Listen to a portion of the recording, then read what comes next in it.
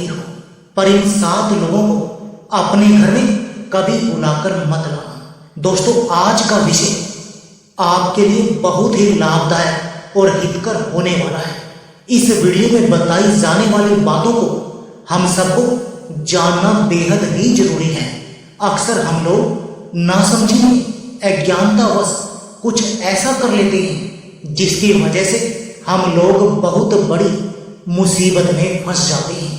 फिर बाद में सोचते हैं शायद ऐसा ना करते तो इस जिल्लत में ना होते। क्यों ना हम विपत्ति में पड़ने से पहले ही कुछ सावधानी बरत लें, जिससे कि हमें मुसीबत का सामना ही ना करना पड़े। विद्वान लोग कहते हैं विपत्ति को पहले से देखकर संयम बरतने वाले को जीवन में कभी रोने या सर पीटने का या छाती मलने का अवसर नहीं आता। संयम रखने वाले व्यक्ति आने वाली परेशानियों से स्वयं को बचा लेता है। इसलिए संयम रखने वाले को सबसे बड़ा विजेता कहा गया है। मित्रों, अंधा वो नहीं होता जो खुद को देखता है, अंधा वो होता है जो दूसरों को देखता है। मनुष्यों को कोई काम करने से पहले स्वयं के बारे में देख लेना चाहिए कि वो इसमें फायदे में रहेगा या फिर नुकसान में। स्वयं को सर्वप्रथम जो कसौटी पर रखकर परखता है वो व्यक्ति समस्त पाप दोषों से अपने आप को बचा लेता है। उस पर आने वाले संकट वापिस लौट जाते हैं। जो खुद को देखकर नहीं चलता वो अपने आप को गुनाहों की भट्टी में झोंक देता है और निर्दोष होकर भी मारा जाता है। दोस्तों, इस संबंध में मैं आपको एक कहानी से रूबरू कराता हूँ, लेकिन उससे पहले आप अपनी पूरी सच्ची श्रद्धा से कमेंट बॉक्स में हर हर महादेव, ओम नमः शिवाय जरूर लिखें। साथ ही चैनल को सब्सक्राइब अवश्य कर दें। हे लक्ष्मी माँ, जो भी इस चैनल को सब्सक्राइब करे और इस वीडियो को लाइक करे, उसके घर में कभी भी धन की कमी ना रहे, उसका पूरा परिवार हंसता मुस्कुराता कुशल मंगल रहे। पंचतंत्र की यह कहानी आपको बहुत कुछ बताने वाली है। श्री विष्णु शर्मा जी कहते हैं किसी कुएं में अपने बड़े से परिवार के साथ एक मेंढक रहता था। परिवार बड़ा और अशिक्षित था, इसलिए उसके घर में हर समय कलह पड़ी रहती थी। मेंढक अपने परिवार और रिश्तेदारों के साथ काफी दिनों से उसी कुएं में रह रहा था। परिवार में अधिक सदस्य होने के चलते उनमें किसी न किसी बात पर झगड़ा होता रहता था। मेंढक के दामाद उसे बहुत तंग करते थे। एक दिन उन्होंने मिलकर मेंढक को बहुत पीटा। मेंढक ने भी तंग आकर अपने दामादों को सबक सिखाने का मन बना लिया। एक दिन वो रेत की ढेरी पर चढ़कर बाहर निकल गया और उनसे बदला लेने की सोचने लगा। तभी उसकी नजर एक बिल में घुसते हुए सरक के ऊपर पड़ी। मेंढक को बदला लेने का उपाय सूझ चुका था।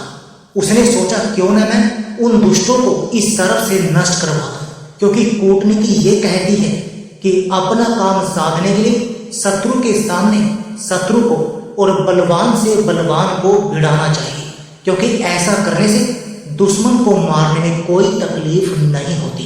कहते हैं जिस तरह कांटे से कांटा निकाला जाता है, उसी तरह दुख देने वाले शत्रु को शत्रु के द्वारा ही नष्ट करवाना चाहिए। यही सोचकर मेंढक सर्प के बिल के पास पहुंच गया और उसे मधुर आवाज में पुकारने लगा, हे भाई सर्प, मैं मुसीबत का मारा मेंढक आज आपकी शरण में आया। मेरे रिश्तेदारों ने मिलकर मुझे बहुत पीटा है। मैं अपनी जान बचाकर घर से भाग आया, वरना वे लोग मुझे आज मार ही डालते। अब तो आप ही मेरी मदद कर सकते हैं। आप उन्हें खाकर अपनी भूख मिटा लेना और मेरी परेशानी भी दूर हो जाएगी। आप मुझसे मित्रता कर लो। मेंढक की आवाज सुनकर सर्प ने सोचा, पता नहीं मुझे कौन आवाज दे रहा है। बुद्धिमान लोग कहते हैं जिसके सील का, कुल का और स्थान का पता ना हो उसके साथ मित्रता नहीं करनी चाहिए। हो सकता है कि कोई मुझे इस प्रकार बुलाकर बंधन में फंसाना चाहता हो। सर्प ने पूछा, अरे भाई, तुम कौन हो? कृपया अपना पूरा परिचय दीजिए। मेंढक कहने लगा, मित्र, मैं एक मुसीबत का मारा गंगादत्त नाम का मेंढक हूँ और आपसे दोस्ती करने के लिए आया हूँ। सर्प कहने लगा, अरे भाई ये तुम क्या कह रहे हो? भला आग और तिनकों की कभी दोस्ती होती है? जिसका जिससे वध होता हो वो किसी भी रूप में उसके पास नहीं जाता। फिर तुम इस मित्रता के बारे में कैसे सोच सकता है? मेंढक बोला, क्या करूं भाई, वैसे तो तू मेरा स्वभाव से शत्रु है, परंतु मैं अपने परिवार वालों से इतना परेशान हूं कि मुझे शत्रु से भी बढ़कर शत्रु लगते हैं। वो एक कहावत है कि जब सर्वनाश उपस्थित हो जाए और प्राण बचाना मुश्किल हो जाए तब दुश्मन को प्रणाम करके धन और प्राणों की रक्षा करनी चाहिए। मित्रों, मेंढक की बात सुनकर सांप ने सोचा कि मैं तो अब वैसे भी बूढ़ा हो चुका हूँ, मुझको अब शिकार भी नहीं मिलता है, क्यों न चलकर उन मेंढकों को ही खाकर अपना पेट भर लूंगा। कहते हैं जो व्यक्ति कमजोर हो गया हो, जिसका कोई सहारा ना हो, ऐसे व्यक्ति को ऐसा कोई काम पकड़ना चाहिए जिससे आराम से जीविका चलती रहे। इस प्रकार सर्प मेंढक के साथ चल गया। मेंढक ने कहा, मित्र एक बात ध्यान रखना, जिस जिसको मैं बताता जाऊं तुम उसी उसी को खाना, क्योंकि उस परिवार में, उस कुएं में मेरा भी परिवार, मेरी भी पत्नी और बच्चे रहते हैं। सर्प कहने लगा, मित्र तुम चिंता ना करो, आप जिसे कहोगे हम उसे ही खाएंगे। मैंने तो तुम्हें अपना मित्र बना है, डरने की कोई बात नहीं है। मैं अब केवल तुम्हारे इशारे पर ही काम करूंगा। दोस्तों, इस प्रकार मेंढक ने सर्प को ले जाकर कुएं के एक खोखले में बैठा दिया और हाथ का इशारा करके अपने शत्रुओं को उसे दिखा देता था। सैकड़ों मेंढकों को देखकर सर्प मन ही मन बड़ा खुश हुआ। सोचने लगा, इस मूर्ख ने तो मुझे स्वर्ग का सुख दे दिया है। अब तो मित्रों, वो सर्प रोजाना 1 से 2 मेंढकों को खाने लगा। कुछ ही दिनों में उसने मेंढक के सारे शत्रुओं को खा लिया। जब कोई शत्रु बाकी नहीं बचा तो सांप ने मेंढक से कहा, अरे भाई मेंढक, तुम्हारे शत्रु तो मैंने सब समाप्त कर दिए। अब ये बताओ कि मुझे भूख लग रही है, मैं अपनी भूख किसे खाकर मिटाऊं? मेंढक बोला, मित्र अब आप यहाँ से चले जाओ और बाहर जाकर अपनी भूख मिटा लेना। मेरा काम खत्म हो चुका है, मेरे सारे शत्रु मारे जा चुके हैं। मेंढक की बात सुनकर सर्प मेंढक से बोला, अरे मूर्ख, तू मुझे यहाँ से जाने के लिए कह रहा है, अब बताओ मैं कहाँ जाऊँगा?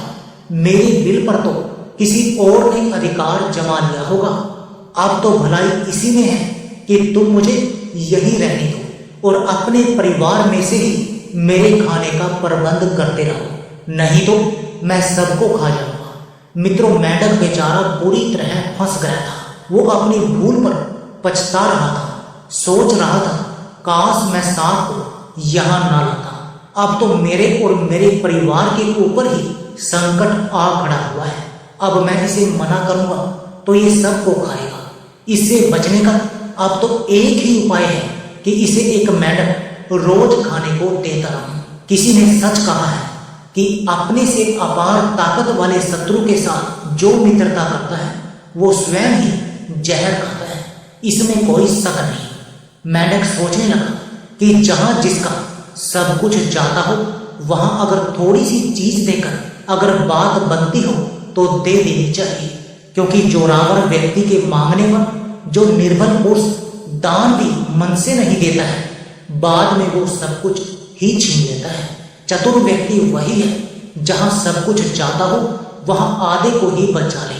थोड़े से के लिए बुद्धिमान पुरुष अधिक का नुकसान नहीं करते। मेंढक भी लाचार होकर अब उसे एक मेंढक खाने को देता था।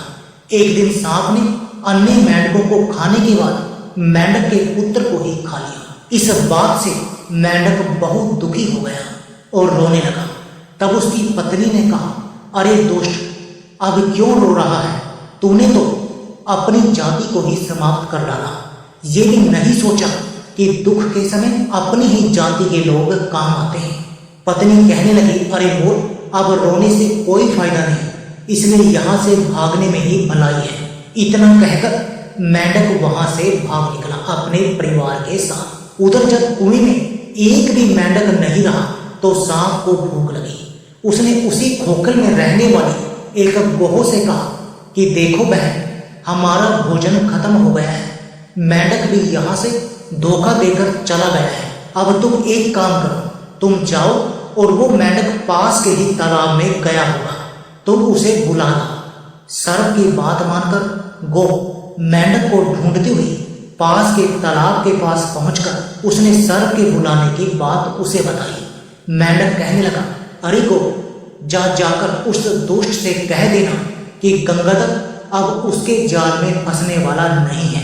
वो पापी है, धूर्त है, किसी धूर्त का विश्वास नहीं करना चाहिए, क्योंकि कहते हैं भूखा आदमी कौन सा पाप नहीं करता, कमजोर आदमी निर्दयी हो जाता है। मेंढक बोला, सब कुछ खोकर अब मेरी समझ में आ गया है कि अपनों के साथ विरोध, बलवान के साथ स्पर्धा, स्त्री, बालक, वृद्ध और मूर्ख के साथ विवाद कभी नहीं करना चाहिए। मूर्ख पुत्र, मूर्ख कन्या, क्रोध करने वाली स्त्री, दरिद्रता, दुष्ट पुरुषों की सेवा, नित्य कर्जा लेकर खाना, ये 6 बातें सुख देने वाली नहीं होती हैं। इनसे मनुष्य को दुख ही प्राप्त होता है। मेंढक अब समझ चुका था कि आपस की कलह हमेशा दुख का कारण बनती है।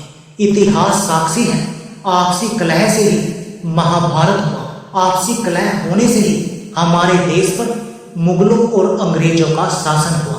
कहते हैं भूल कर भी इन 7 लोगों को अपने घर में बुलाकर नहीं लाना चाहिए, चाहे कितनी भी गहरी यारी दोस्ती हो। वे 7 लोग कौन से हैं, तो आइए उन पर ध्यान देते हैं। पहला, बुरे काम करने वाले लोग, उनसे चाहे कितनी भी गहरी दोस्ती हो, उन्हें अपने घर में बुलाकर नहीं लाएं। दूसरा, बहुत अधिक खाने वाले को। तीसरा, सबसे बैर बांधने वाले को। चौथा, बहुत बड़े ठग को। पांचवा, हिंसक कार्य करने वालों को, जो दूसरों को कष्ट देकर सुखी होने की कामना रखता हो। छठा, देश व काल का ज्ञान न रखने वाले को, जिसके देश का, कुल का पता ना हो, जिसे समय का ज्ञान ना हो, उसको।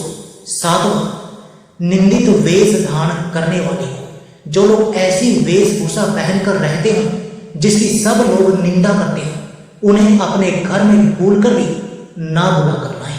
मित्रों, इन 7 लोगों को अपने घर में कभी बुलाकर ना लाएं, और यदि आ भी जाएं तो अपने घर पर उन्हें कभी ठहरने ना दें। ऐसे लोग आपको भी हानि पहुंचा सकते हैं, और फिर कहीं आपके घर पकड़े गए तो आपको भी उसी दोष का दोषी मान लिया जाएगा।